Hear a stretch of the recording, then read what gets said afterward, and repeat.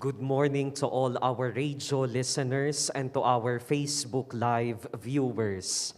We celebrate today the Holy Mass for the memorial of Saint Januarius, Bishop and Martyr. Our Eucharistic celebration will be presided by Reverend Father Joel Jomarsus P. Gatus, Parish Priest of Santo Rosario Parish, Pawu, Santo Tomas, Pampanga. Together, we sing the entrance hymn.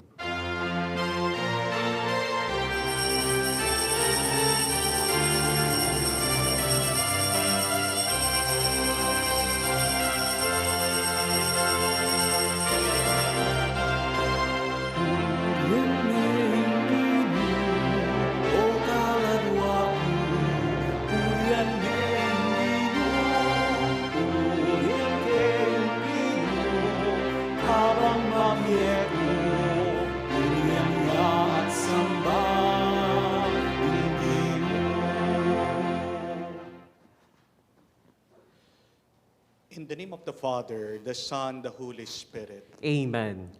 The Lord be with you. And with your spirit. My dear friends, today we remember and celebrate the feast day of Saint Januarius, Bishop and Martyr, the patron saint of Naples. Saint Januarius, his blood has been preserved, and during this day, his blood liquefies. It is a sign that his presence, his intercession is alive, praying for us. Let us lift all of our intentions and petitions and be rest assured that we have a good bishop and martyr interceding and praying in our behalf. For the many times that we remained in sin, and we have forgotten our true purpose in life to give glory to God, we ask the Lord for His merciful forgiveness. Have mercy on us, O Lord. For we have sinned against you. Show us, O Lord, your mercy. And grant us your salvation. And may Almighty God have mercy on us, forgive us our sins, and bring us to everlasting life. Amen. Let us pray. O God, who grant us to venerate the memory of the martyr Saint Januarius, give us, we pray, the joy of his company and blessed happiness for all eternity. We ask this for our Lord Jesus Christ, your Son, who lives and reigns with you in the unity of the Holy Spirit, God, forever and ever. Amen. Let us listen to the word of the Lord.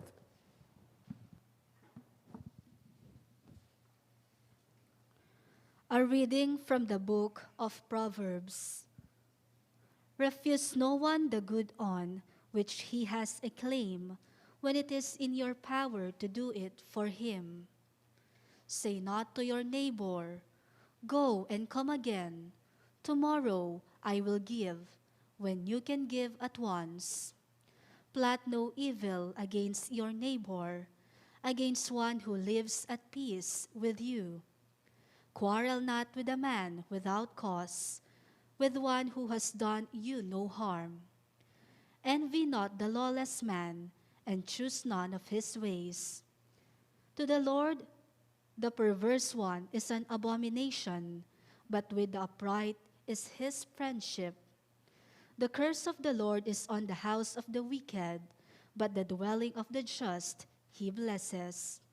When dealing with the arrogant, he is stern, but to the humble he shows kindness. The word of the Lord. Thanks be to God.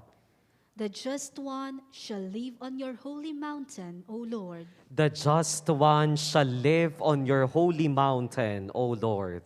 He who walks blamelessly and does justice, who thinks the truth in his heart and slanders not with his tongue. The just one shall live on your holy mountain, O Lord. Who harms not his fellow man, nor takes up a reproach against his neighbor, by whom the reprobate is despised, while he honors those who fear the Lord. The just one shall live on your holy mountain, O Lord. Who lends not his money at usury, and accepts no bribe against the innocent, he who does these things shall never be disturbed. The just one shall live on your holy mountain, O Lord. Let us honor the holy gospel.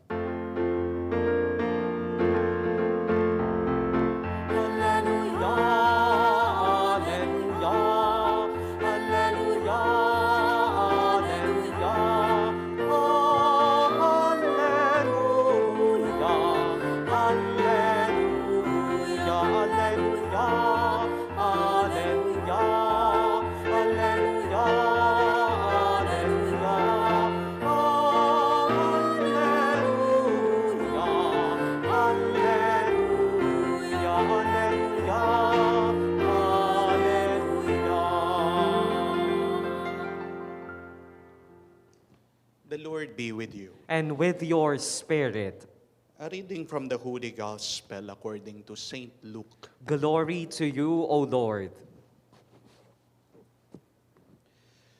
Jesus said to the crowd, "No one who lights a lamp conceals it with a vessel or sets it under a bed. Rather, he places it on a lampstand so that those who enter may see the light. For there is nothing hidden that will not become visible, and nothing secret that will not be known and come to light.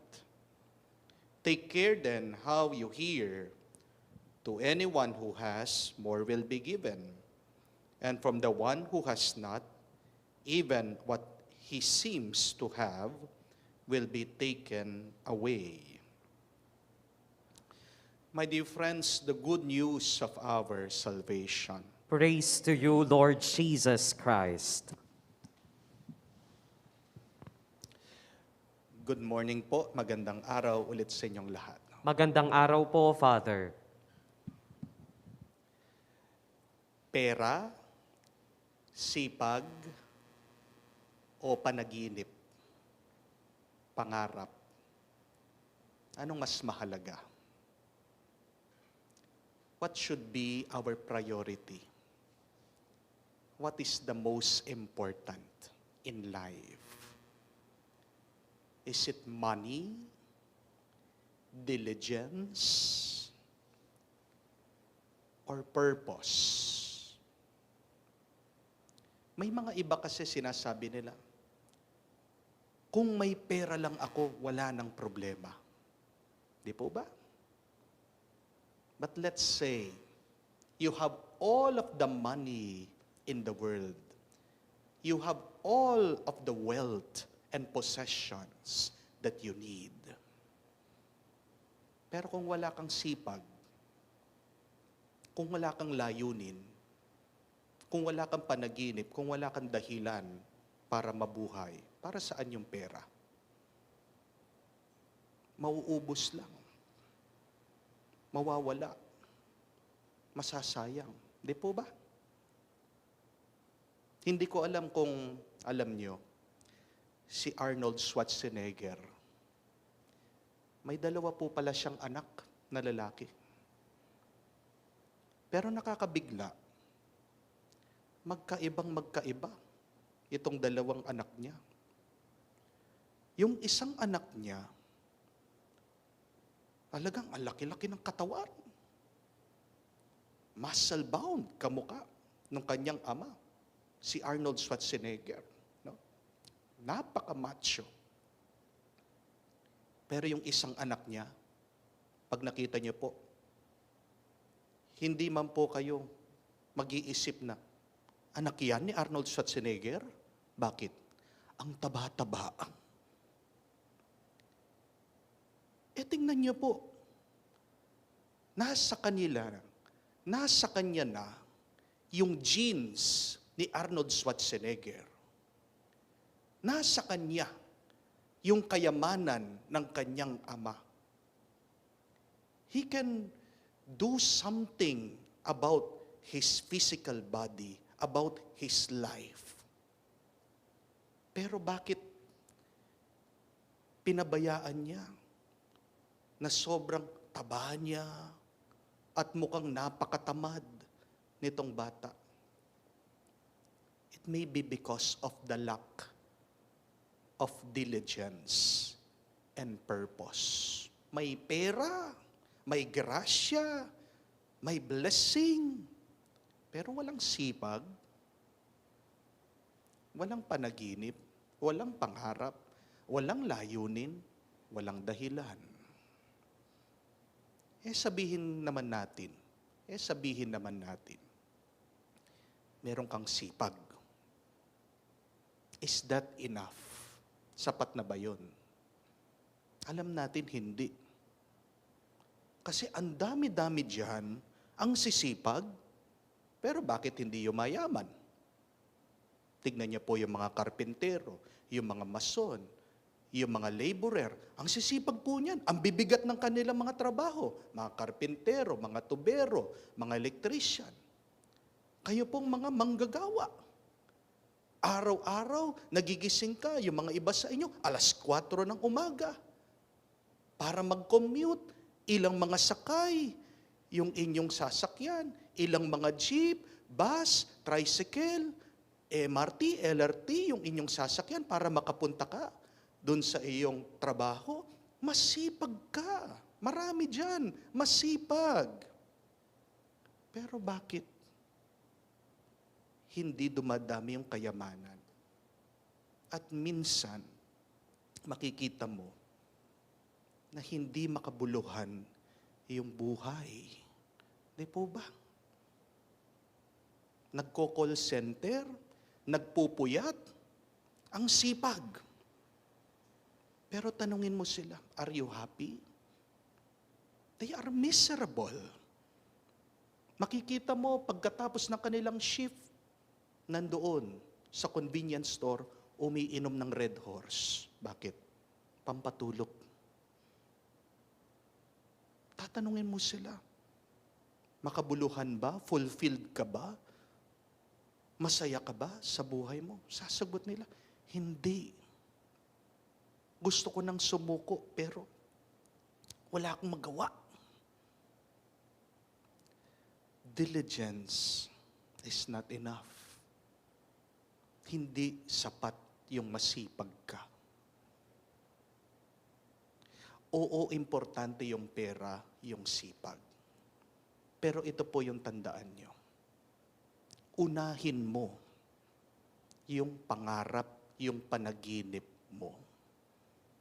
Prioritize to have a meaningful purpose in your life.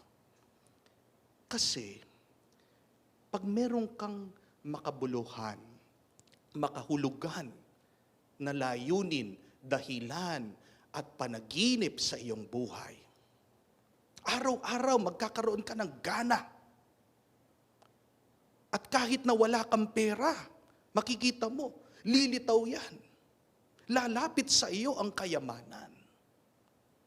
Because you are working out of a purpose.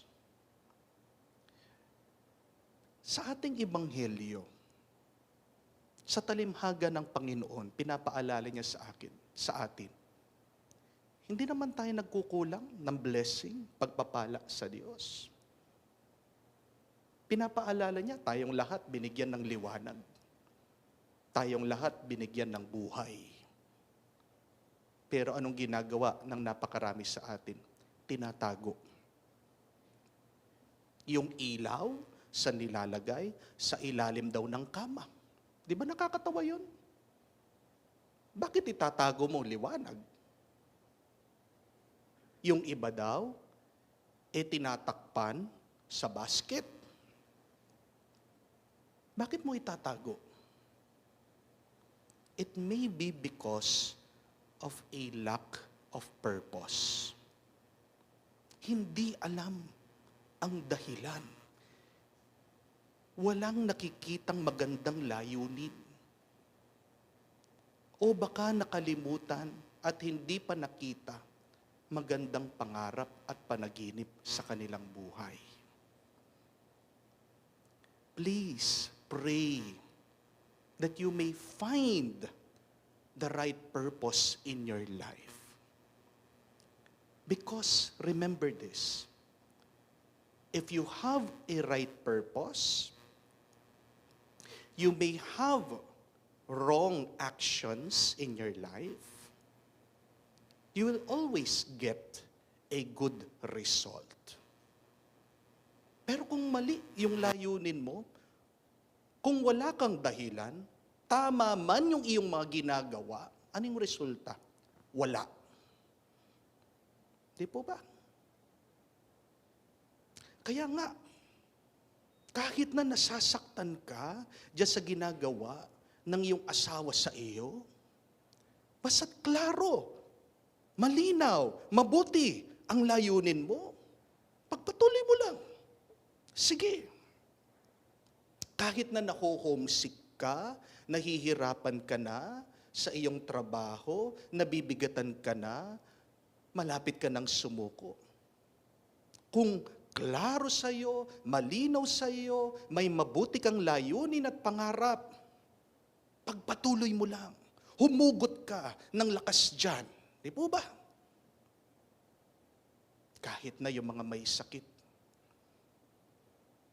kahit na nahihirapan kayo, please pray that you may remember, discover a right purpose in your life.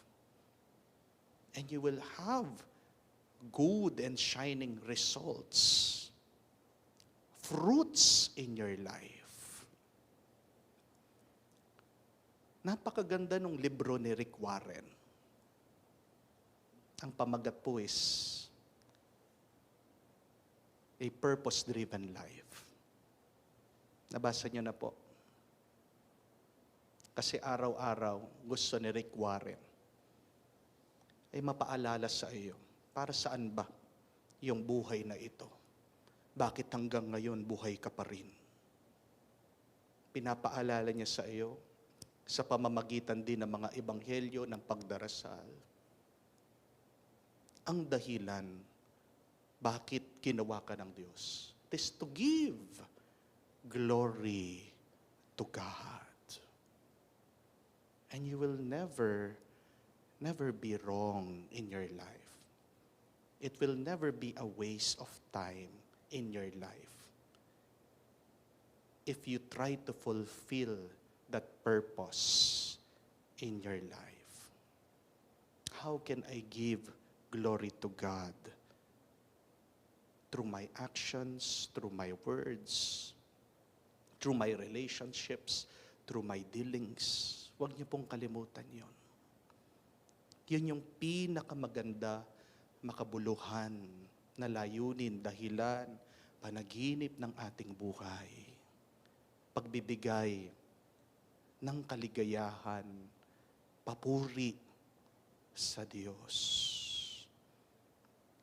At pag yun, yung palagi mong natatandaan, pag yun yung palagi mong binubuhay sa iyong buhay, palagi mong ginagawa, trying to do everything to fulfill that, hindi ka mauubusan ng lakas. And God will provide for you pagkakalooban ka ng Diyos para may pakita mo yun sa iyong buhay. Do not forget that very meaningful purpose in your life. Kaya, bago mo habulin ng pera, bago ka magpagod at magsipag, alalahanin mo ang magandang layunin sa iyong buhay. Pagbibigay ng kaligayahan sa Diyos at umpisahan natin sa pagmamahal. The greatest expression of giving glory to God, remember this, is by loving. Because God is love. When we ask the intercession of Saint Januarius, who gave his life to God. Binigay niya ang kanyang buhay sa Diyos. Alam niya ang dahilan ng layunin ng kanyang buhay. Hindi ito nasayang.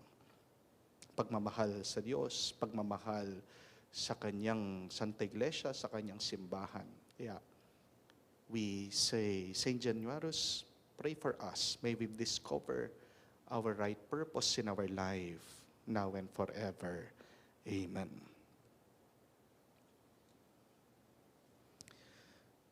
God's word to us calls us to show kindness and to live peacefully with others. Let our prayer be, Lord, hear us. Lord, hear us.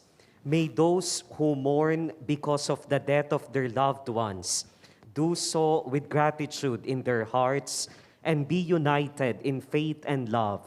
Let us pray to the Lord. Lord, hear us. May we receive the grace never to refuse a kindness to another, never to pick a groundless quarrel, nor model our conduct on the person of violence. Let us pray to the Lord.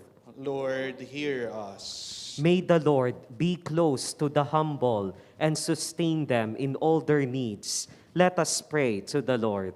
Lord, hear us. May Saint Januarius, whose memory we remember today, patron of blood banks, intercede for those who work in them and those who donate blood. Much needed blood will be available to the sick and those injured in accidents. Let us pray to the Lord.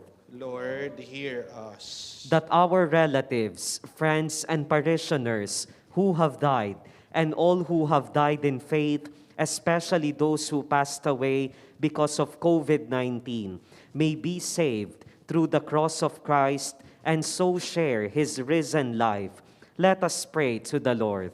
Lord, hear us. May the Lord accept our intentions, especially for our safety against COVID-19, complete healing for those who are affected by this virus, the intentions of all our radio listeners and Facebook Live viewers, the intentions being sent in the different programs of our radio, the special intentions of the radio station of our Archdiocese, and for the birthday intentions of Lourdes Criza Reyes and Raymond Asielo. Let us pray to the Lord. Lord, hear us. Gracious God, help us to act with justice, to speak the truth from our hearts, and to keep our pledge. We ask this through Christ our Lord. Amen. Together we sing the hymn for the preparation of the gifts.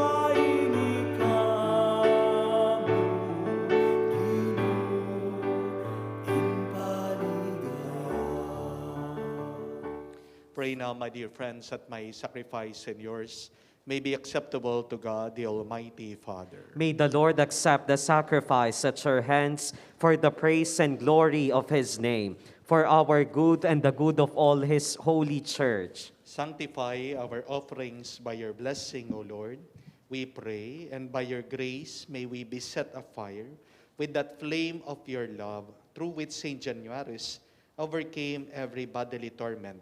We ask this through Christ our Lord. Amen. The Lord be with you. And with your spirit, Lift up your hearts. we lift them up to the Let Lord. us give thanks to the Lord our God. It is right and just. It is truly right and just, our duty and our salvation, always and everywhere to give you thanks. Lord, Holy Father, Almighty and eternal God, for the blood of your blessed martyr, Saint Januarius, poured out like Christ to glorify your name, shows forth your marvelous works, by which in our weakness you perfect your power, and on the feeble bestow strength to bear you witness, through Christ our Lord. And so with the powers of heaven, we worship you constantly on earth, and before your majesty without end, we now acclaim.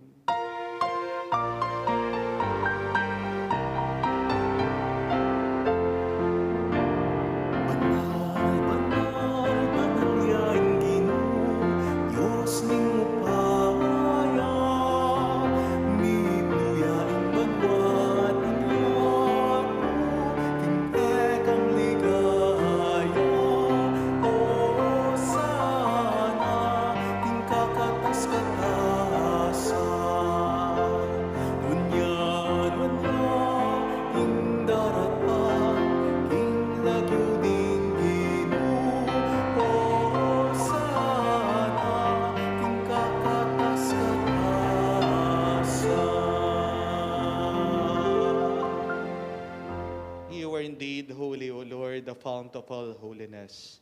Make holy, therefore, these gifts, we pray, by sending down your Spirit upon them like the dewfall, so that they may become for us the body and blood of our Lord Jesus Christ. At the time when he was betrayed and entered willingly into his passion, he took bread and giving thanks, broke it, gave it to his disciples, saying, "Take this, all of you, and eat of it. For this is my body, which will be given up for you."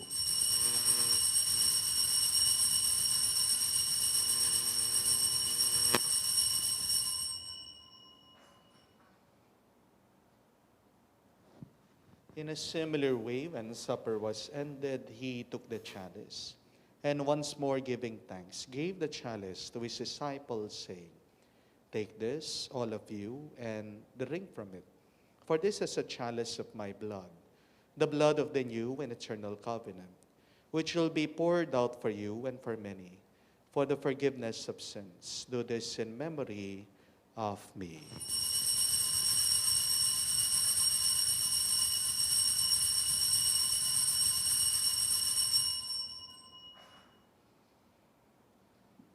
The mystery of faith.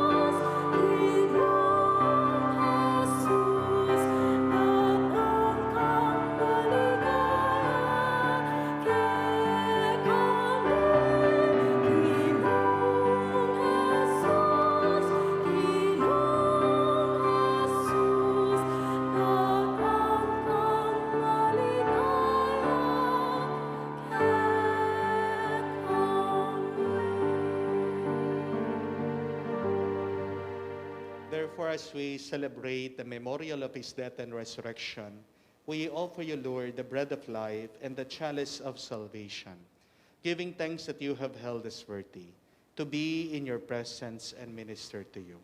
Humbly we pray that partaking of the body and blood of Christ, we may be gathered into one by the Holy Spirit. Remember, Lord, your church spread throughout the world, Bring her to the fullness of charity, together with Francis, our Pope, Florentino, our Archbishop, and all the clergy. Remember also our brothers and sisters who have fallen asleep in the hope of the resurrection, and all who have died in your mercy. Welcome them into the light of your face. Have mercy on us all, we pray, that with the Blessed Virgin Mary, Mother of God, with Saint Joseph, her glorious spouse, with your blessed apostles and all the saints, Saint Januarius, Saint Lorenzo Ruiz, who have pleased you throughout the ages, we may merit to be co-heirs to eternal life, and may praise and glorify you through your Son, Jesus Christ. To him, with him, in him, O God, Almighty Father, in the unity of the Holy Spirit, all glory and honor is yours, forever and ever. Amen. Amen. Amen. Amen. Amen. Amen. Amen. Full of trust and confidence, our loving Father, let us now pray to the words that Jesus taught us.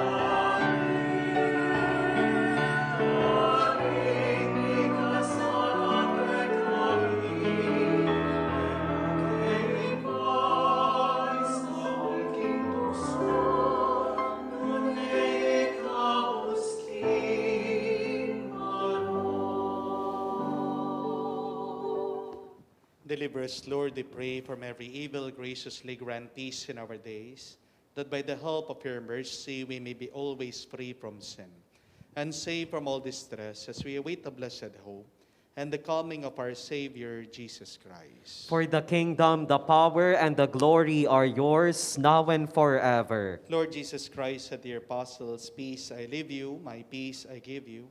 Look not on our sins, but on the faith of your church, and graciously grant her peace and unity in accordance with your will. For you who live and reign forever and ever. Amen. The peace of the Lord be with you always. And with your spirit. Let us offer each other the sign of peace. Peace be with you, peace be with you, peace be with you.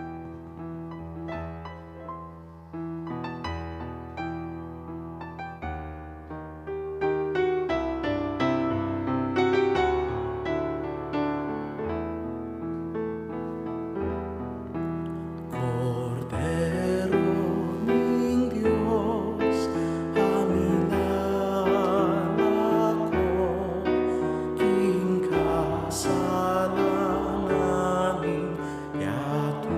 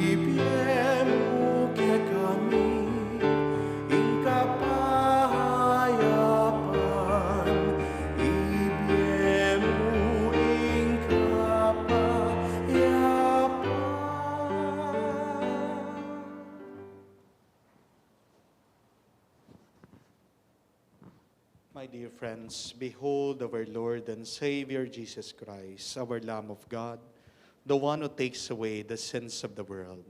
Blessed are we now called to be with him in the banquet of the Lamb. Lord, I am not worthy that you should enter under my roof, but only say the word, and my soul shall be healed.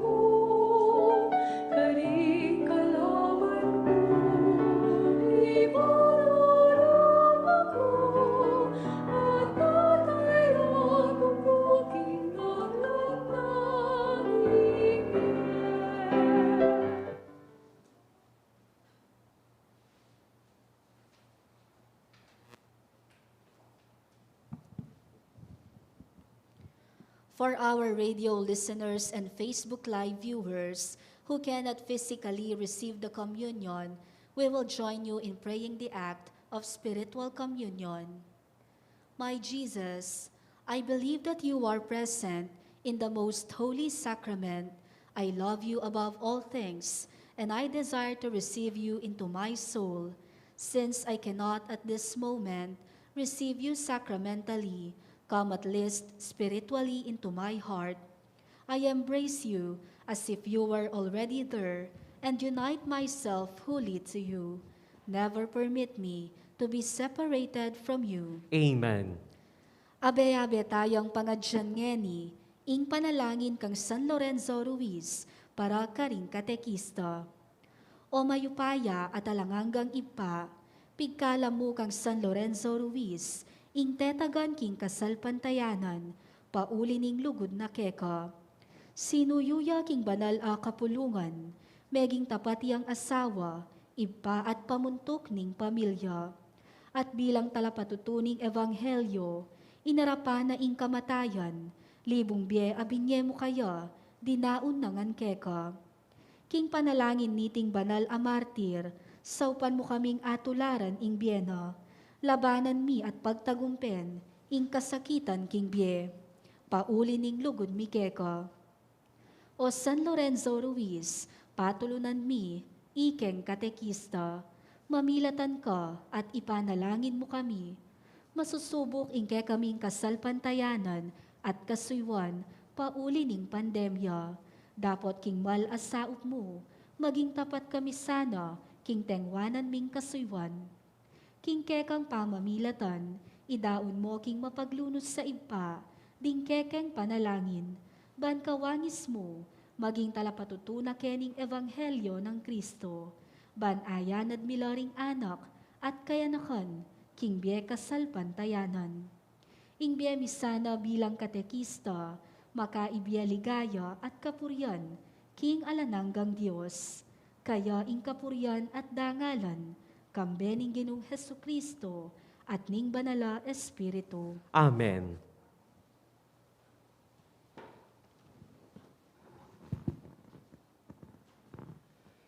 Let us pray.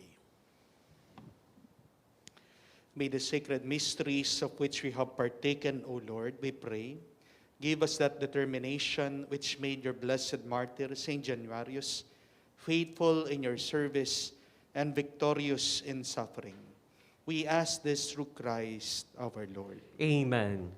The Lord be with you. And with your spirit. And may Almighty God bless you, the Father and the Son, and the Holy Spirit. Amen. The Mass has been offered. Let us now go in the peace of Christ. Thanks be to God.